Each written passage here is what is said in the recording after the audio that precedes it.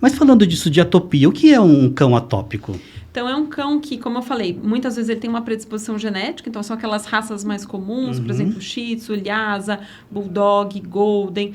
Então, essas são algumas raças que eu lembro agora de cabeça. Então, eles têm uma predisposição genética, e essa predisposição genética faz com que eles sensibilizem a alguns alérgenos, que podem ser alérgenos ambientais, por exemplo, ácaro, que vive na nossa poeira doméstica, às vezes alguns ácaros que aparecem na ração desses animais, grama, pólens, podem estar relacionados, né? E o que acontece? Eles sensibilizam com esses alérgenos e eles vão manifestando clinicamente o quê? Coceira, lamber pata, otite. Então, são os sintomas que a gente vai observar naquele paciente que é alérgico. Então, o paciente atópico, né, o que tem dermatite atópica, ele já começa de forma muito precoce a manifestar esses sintomas. Então, é aquela coisa que ele começa a lamber a pata, aí você vai vendo que vai piorando, faz otite, faz ferida na pele, às vezes faz umas bolinhas mais avermelhadas. Então, tudo isso já são sintomas que chamam a atenção da gente e começam geralmente entre 1 e 3 anos. Então, bastante precoce.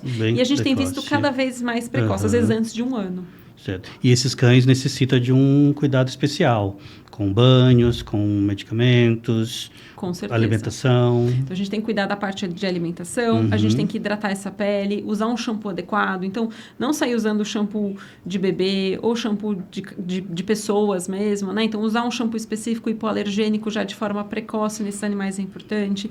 Às vezes, a gente suplementa com algumas coisas que também ajudam. Então, alguns ômegas e algumas outras suplementações que ajudam nessa reconstituição da pele desses animais, porque... Também falando sobre isso, a gente tem percebido que existe uma alteração nessa pele. Essa pele é mal formada. Então, faltam estruturas ali, principalmente gordura nessa pele, para manter essa pele normal. Por isso que eles, com muito mais facilidade, eles têm infecções de pele. Então, a gente ajuda com banhos, com hidratação, com reposição dessa que a gente chama de barreira. A gente vai melhorando muito esse paciente e muitas vezes eles precisam de um uso regular de algum antialérgico. Tá. E isso para cães. Isso também é válido para gatos? Ou não é tão comum assim gatos atópicos? Não, a gente tem visto cada vez mais gatos com o que a gente chama de síndrome atópica cutânea felina. Certo. Então, o gato também manifesta isso, mas o gato é um pouco diferente, assim. O gato, ele vai apresentar para a gente alguns padrões. Então, ele pode ter falha de pelo, que a gente chama de alopecia simétrica. Ele pode se machucar tanto, se coçar tanto, que ele machuca o rosto. Ele faz feridas, úlceras, às vezes, no rosto por conta de coceira. Ele pode ter umas lesõezinhas, às vezes, no dorso, que a gente chama de dermatite miliar, que a gente também pode encontrar nesse gato, ou algumas lesões que são diferentes. Ele pode ter uma úlcera na boca, ele pode ter umas outras lesões que a gente chama de lesões do complexo granuloma eosinofílico. Todas essas doenças...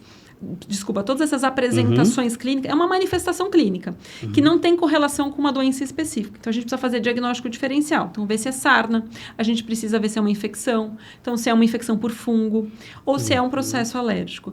O gato, ele manifesta diferente. Então, ele faz esses padrões, mas ele não tem um quadro crônico igual ao cão. Então, o cão, às vezes, a gente vê que eles evoluem para uma doença que ela é mais...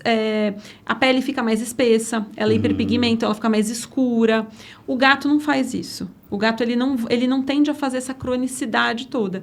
Mas ele também requer um tratamento contínuo, a gente fazer um diagnóstico correto, porque muitas vezes eles também vão precisar de uma medicação de uso contínuo. Sim. E a medicação é a mesma para cães e gatos? Não, existe diferença de dose, de qual fármaco utilizar, né? Então, a gente usa fármacos diferentes para cão e gato. E gato, a gente tem um agravante que o gato, às vezes a gente não consegue dar muito banho, a gente nem recomenda. Então, só fazendo um adendo aqui, gato a gente não recomenda banho. Banho nunca? Nunca. Quando que a gente vai prescrever banho? Para alguns casos específicos com problema dermatológico. Certo, banho terapêutico. Banho terapêutico. Então, gato, gente... Quando que às vezes eu falo para dar banho? Quando é gato de pelo longo, que às vezes faz nó, e às vezes precisa ir para tosa e tudo mais. Mas gato, a recomendação é não dar banho, porque eu já vi gato morrer tomando banho por conta do estresse, gente. Então, a gente tem que tomar cuidado. Então, eu não recomendo banho para gato, para um gato rígido. Só para quem tem alguns problemas dermatológicos. Nesse caso, seria um medicamento, loções, sérums...